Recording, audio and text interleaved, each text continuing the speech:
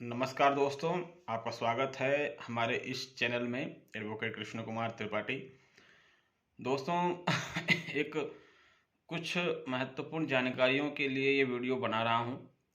और क्योंकि हमारे पास आए दिन अ, पूरे भारत से किसी न किसी हिस्से से फ़ोन आते रहते हैं और लोग अपनी समस्याएं हमको बताते रहते हैं।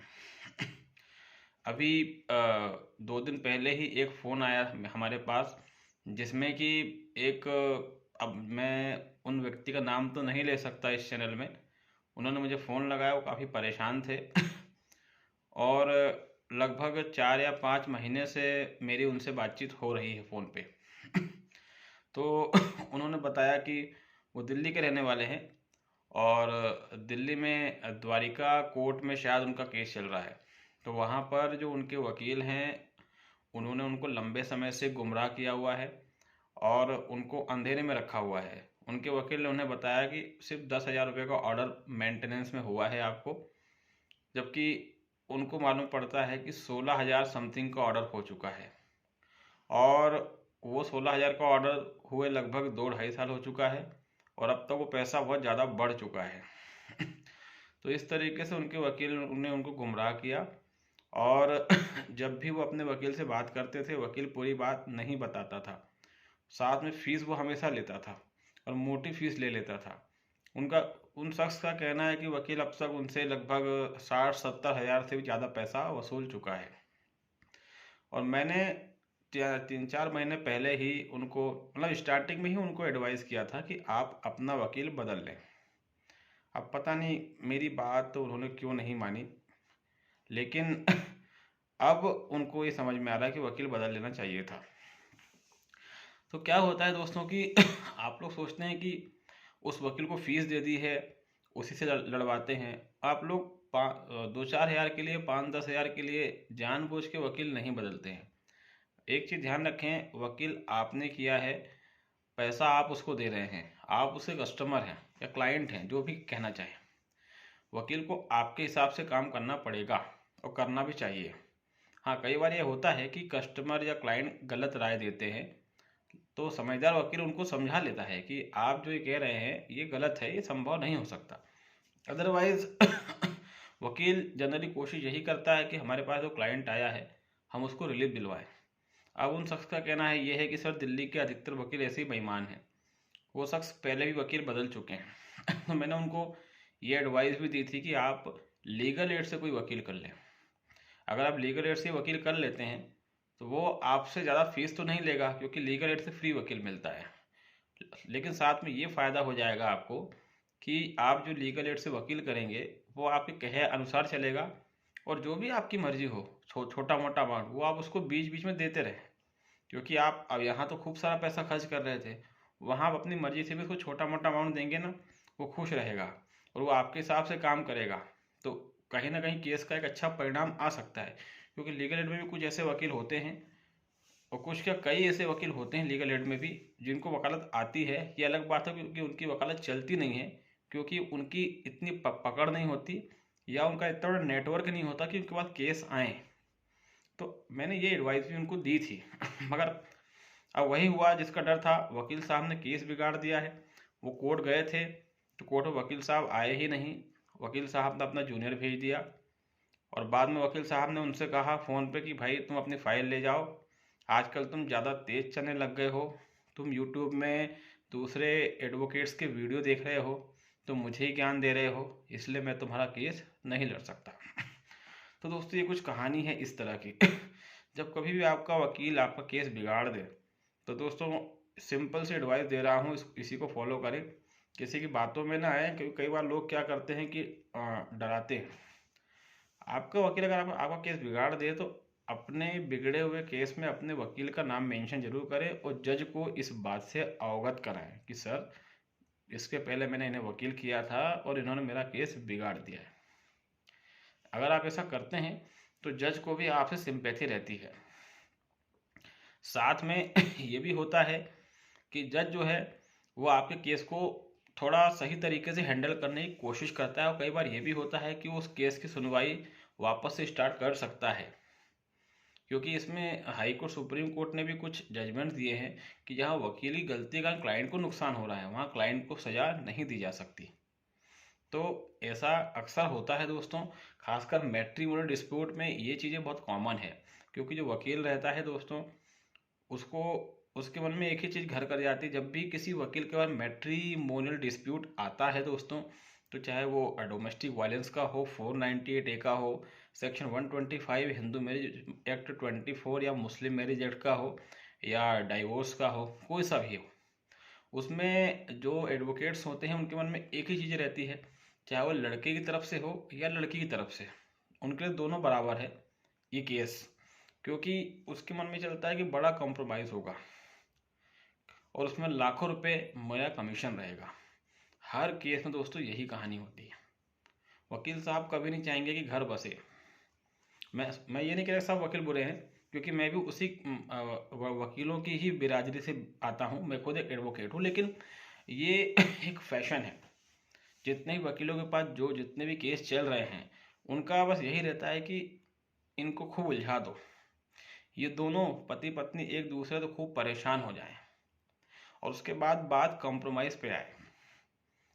अगर 10 लाख भी पति दे रहा है लमसम अमाउंट, और तो वकील साहब बोल देते हैं कि 20% मेरी फीस रहेगी, मतलब 2 लाख रुपए।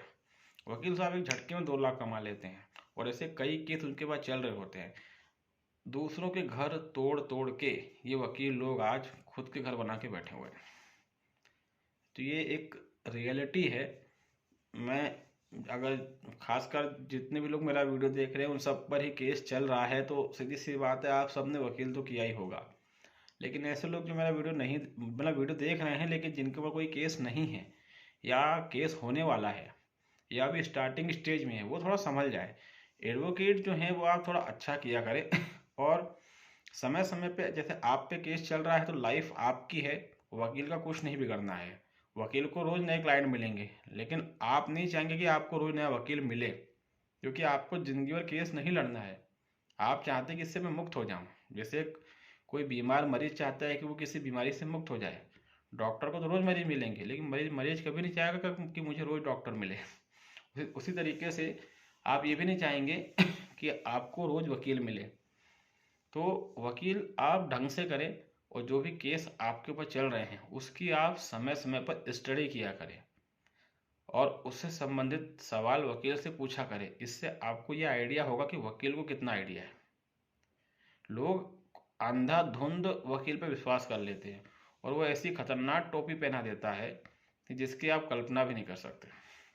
भारत में वकील बनना कुछ ज़्यादा ही आसान है। यही कारण है कि आजकल एक कहावत फेमस हो गई है कि जो कुछ नहीं कर पाता वो वकील बन जाता है। ये बात पूरी तरीके से सही तो नहीं है, लेकिन पूरी तरीके से गलत भी नहीं है। क्योंकि आप हम अक्सर ये चीज़ देख रहे हैं, बेरोजगार युवा हैं, एलएलबी में एडमिशन ले लेते हैं और कोर्ट में आ जाते हैं। उन्हें कानून की कोई नॉलेज नहीं होती, कोई समझ नहीं होती, सोसाइटी की कोई समझ नहीं है, समाज में क्या चल रहा है इसकी कोई समझ नहीं है। मुर्गा बकरा फंस ही जाता है उनके पास, और किसी वकील को पकड़ कर कैसे तैसे उसका केस वो चलाना शुरू कर देते हैं। और इससे क्या होता है, इससे एक कॉमन मैन जो है उसका नुकसान हो जाता है। ये परंपरा भारत में बहुत लंबे समय से चल रही है। इसका कारण ये है कि हमारे देश में वकीलों को मॉनिटरिंग करने वाली संस्था है जिसको बार काउंसिल ऑफ इंडिया कहते हैं, उसने कभी ऐसे मापदंड बनाए ही नहीं कि अच्छे वकील भारत में आ सकें। उसके मापदंड इतने निम्न स्तरीय हैं कि जो व्यक्ति किसी भी क्षेत्र में सफल नहीं हो पाता, अगर उसको 2 वक्त की रोटी कमाना हो तो उसको वकील बन जाना चाहिए। इससे होगा ये कि भले वो कुछ ना कर पाए कोर्ट में, मगर रोज का 500 या 1000 वो आराम से कमा सकता है। तो इस तरह की जो चीज़ें हैं दोस्तों, ये बंद होनी चाहिए। वकीलों मैं अब ये तो नहीं बता पूरा एक्सप्लेन तो नहीं करना चाहूँगा कि वकील कैसे क्या बनते हैं, लेकिन सीधी सी बात है कि एडवोकेट्स के क्राइटेरिया को चेंज करने की बहुत ज़रूरत है। क्योंकि आजकल कोई भी वकील बन रहा है, और इसमें उम्र का भी लिहाज करना आवश्यक है। इसमें जो लिमिटेशंस है एज बार को लेकर, इसकी बहुत आवश्यकता है। हर सेक्टर में एज बार है कि आप 21 साल के बाद एमबीबीएस में एडमिशन नहीं ले सकते, इंजीनियरिंग में एडमिशन नहीं ले सकते, 30 साल की उम्र के बाद आप यूपीएससी में अपीयर नहीं हो सकते, लेकिन एडवोकेसी में दोस्तों कोई एज बार लगाया ही नहीं। यही कारण है कि 50, 55, 60, यहाँ तक 70 साल के बुढ़े बुढ़िया भी LLB की पढ़ाई कर रहे हैं, ताकि 3 साल का ये कोर्स हो जाए, उसके बाद हम कोर्ट में जाके इसकी टोपी उसके सर करें। ये बड़ी परेशान और हैरान करने वाली बातें हैं। इसके अलावा भारत में कई फर्जी यूनिवर्सिटीज़ खुली हुई हैं जो LLB की डिग्री मुफ्त में दे रही हैं, या फिर ये कहें कि जो कुछ हज़ार रुपये दे दो या कुछ लाख दे दो तो आपको LLB की डिग्री वो मिल जाती है, और उस डिग्री के बेस पे कई लोग वकील बन जाते हैं। तो ऐसी बहुत सारी बातें हैं। यही कारण है कि कहीं की भी कोर्ट हो, सिर्फ एक मात्र दिल्ली ही नहीं, पूरे भारत के कोर्टों का ये हाल है। 80 से 90% जो वकील कोर्टों में घूम रहे हैं उनको ज्ञान नहीं रहता है, इसीलिए आपके केस बिगड़ते हैं। तो जब भी वकील करें बहुत सोच समझ कर ही करें। कई बार लोग ये सोचते हैं कि वकील बूढ़ा है, इसको एक्सपीरियंस ज़्यादा होगा। ये गलत फहमी में आपकी, क्योंकि कई बूढ़े ऐसे हैं जो अभी भी वकील बने हैं, जो नौकरी से रिटायर हुए हैं और अब जाके उनको जोश चढ़ा है कि मैं वकालत करूँगा। तो कई कोर्ट में ये देखने को मिला है कि जो कोर्ट में जॉब करता है बाबू, जिसको क्लर्क कहते हैं, बाबू कहते हैं, स्टेनोग्राफर, जो कुछ भी कहते हैं, वो जब रिटायर हो जाता है कोर्ट से 60-65 साल की उम्र में, उसके बाद वो भी कोर्ट में वकालत शुरू कर देता है। इस तरह से वकालत का स्तर कहीं ना कहीं गिर रहा है, और यही कारण है कि इसका खामियाजा जो है वो आम आदमी को भुगतना पड़ रहा है। तो ये एक छोटी सी एडवाइस थी। हालांकि मैं खुद एडवोकेट हूँ और मैं कभी नहीं चाहूँगा कि वकीलों का कुछ बुरा हो, लेकिन जो गलत है वकील हैं वो गलत ही हैं, उनको गलत बोलने में मुझे कोई डर नहीं है, और ना ही किसी तरीके का कोई अफसोस है। इसके अलावा एक और महत्वपूर्ण बात मैं कहना चाहूँगा दोस्तों, कि जब भी आपके ऊपर कोई भी क्रिमिनल केस चलना शुरू होता है, खासकर कोई सा भी क्रिमिनल केस और खासकर मैट्रिमोनियल डिस्प्यूट, तो आप उस केस को सीधे ना लड़ा करें, उस केस को चैलेंज कर दिया करें स्टार्टिंग स्टेज में ही। उस केस को क्यों लड़ना? जब आपको लगता है कि आप बेकसूर हैं, आपने कुछ भी नहीं किया है, आप निर्दोष हैं, यू आर इनोसेंट, उस समय आप उस केस को क्यों लड़ने लग जाते हैं? घरेलू हिंसा का केस लगा आपके ऊपर, आप लड़ना शुरू कर देते हो। अरे क्यों लड़ते हो? उसको उसी समय चैलेंज कर दो कि झूठा केस है, उसको खारिज कराने की पिटिशन लगा दो।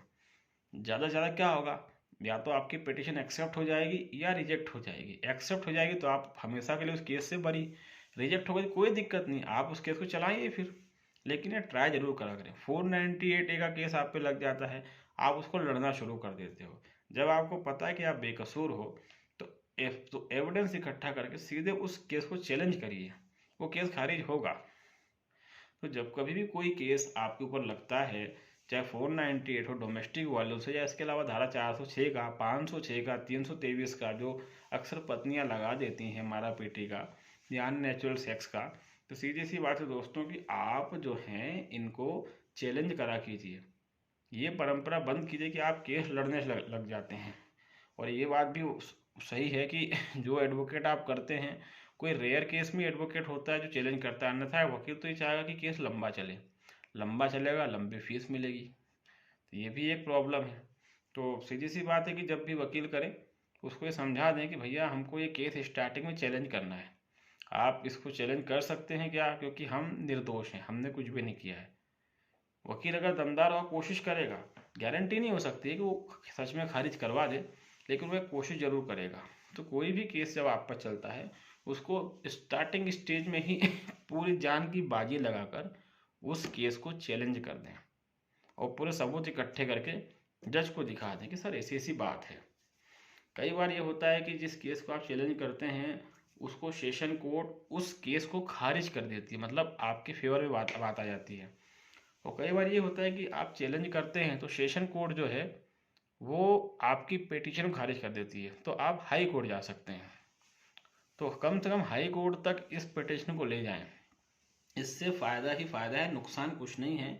जो वही मैंने बताया कि या तो वो एक्सेप्ट हो जाएगा या रिजेक्ट हो जाएगा, इससे ज़्यादा कोई नुकसान नहीं होता। वकील डराते हैं कि अगर अगर वो रिजेक्ट हो गया तो हमारे खिलाफ हो जाएगा, हमारा केस कमज़ोर हो जाएगा। ऐसा कुछ नहीं होता दोस्तों।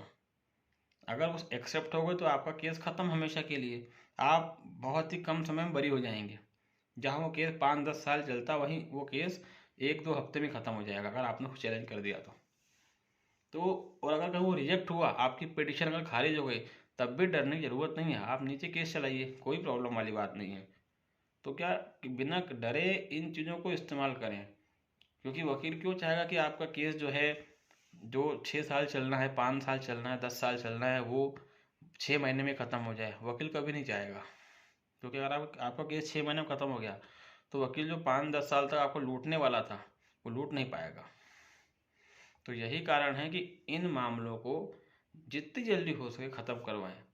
जो लोग लड़ना शुरू कर देते हैं ना, वो दिक्कत में आ जाते हैं, वो लंबे चलते हैं केस फिर, और बीच में कहीं किसी भी स्टेज में आप लगा ही नहीं सकते क्वेश्चन का। घरेलू हिंसा में क्वेश्चन लगाना बहुत आसान है, मैंने पिछले कई वीडियो में बताया हुआ है।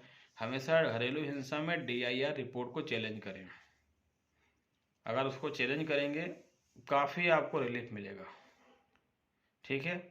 और जो उसका घरेलू हिंसा का जो रूल बुक है, तो रूल बुक में पॉइंट नंबर 10 देखें, उसमें लिखा हुआ है कि इसकी जांच वगैरह होगी।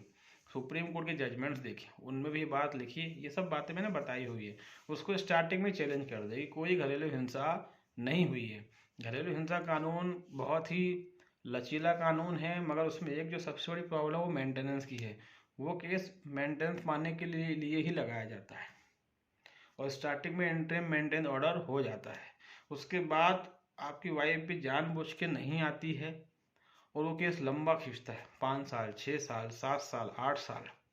और इतने सालों में आप हर महीने अगर 5,000 मेंटेनेंस रुपये भी मेंटेनेंस दे रहे हैं तो आपकी खटिया खड़ी हो जाती है, क्योंकि बिना मतलब का पैसा जा रहा है आपका। बेहतर हो स्टार्टिंग में प्रूव कर दें कि डोमेस्टिक वायलेंस नहीं हुआ है, ये पूरा फर्जी केस बनाया गया है। अगर आपने कर दिया, आप उस केस से बरी हो जाएंगे, ठीक है। वकील की बात करें तो हर जगह फ्री वकील अवेलेबल है, जिला कोर्ट हो, हाई कोर्ट हो, सुप्रीम कोर्ट हो। कुछ क्राइटेरिया है उसके, जैसे हाई कोर्ट्स में 2 या 2.5 लाख का क्राइटेरिया होता है, अलग अलग हाई कोर्ट्स के अलग अलग है। कोई व्यक्ति जो साल में 2 लाख या उससे कम कमाता है उसको फ्री का वकील मिलता है। अगर वो व्यक्ति SC ST का है तो उसको फ्री का वकील मिलेगा, उसमें उसकी इनकम नहीं देखी जाएगी ठीक है। और उसी तरीके से जिला कोर्ट में भी यही है, और सुप्रीम कोर्ट में 5 लाख तक का क्राइटेरिया है। अगर कोई व्यक्ति 5 लाख या उससे कम कमाता है तो उस व्यक्ति को सुप्रीम कोर्ट में फ्री का वकील मिलेगा, उसे कोई खर्चा नहीं लगेगा। और अगर वो व्यक्ति SC ST का है तो उसको फ्री का वकील मिलेगा ही, चाहे वो कितना भी क्यों ना कमाता हो। तो इन चीज़ों को भी ध्यान रखें, और थोड़ा नॉलेज आपको अपना भी अपडेट करना पड़ेगा, क्योंकि वही बात मैं फिर दोहरा रहा हूँ कि केस आपका चल रहा है, वकील का नहीं। वकील को क्लाइंट पे क्लाइंट मिलते रहते हैं, मगर आप नहीं चाहेंगे कि आपको वकील पे वकील मिले, आप यही चाहेंगे कि आपका केस जल्दी ख़त्म हो।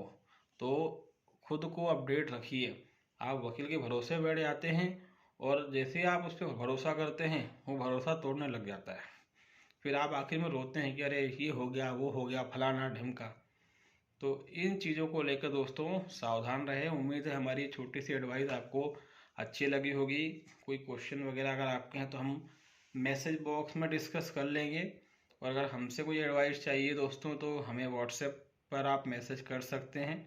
हमारे कुछ नॉमिनल चार्जेस हैं, वो आप देकर हमसे जो भी एडवाइस चाहिए वो आप हमसे ले सकते हैं।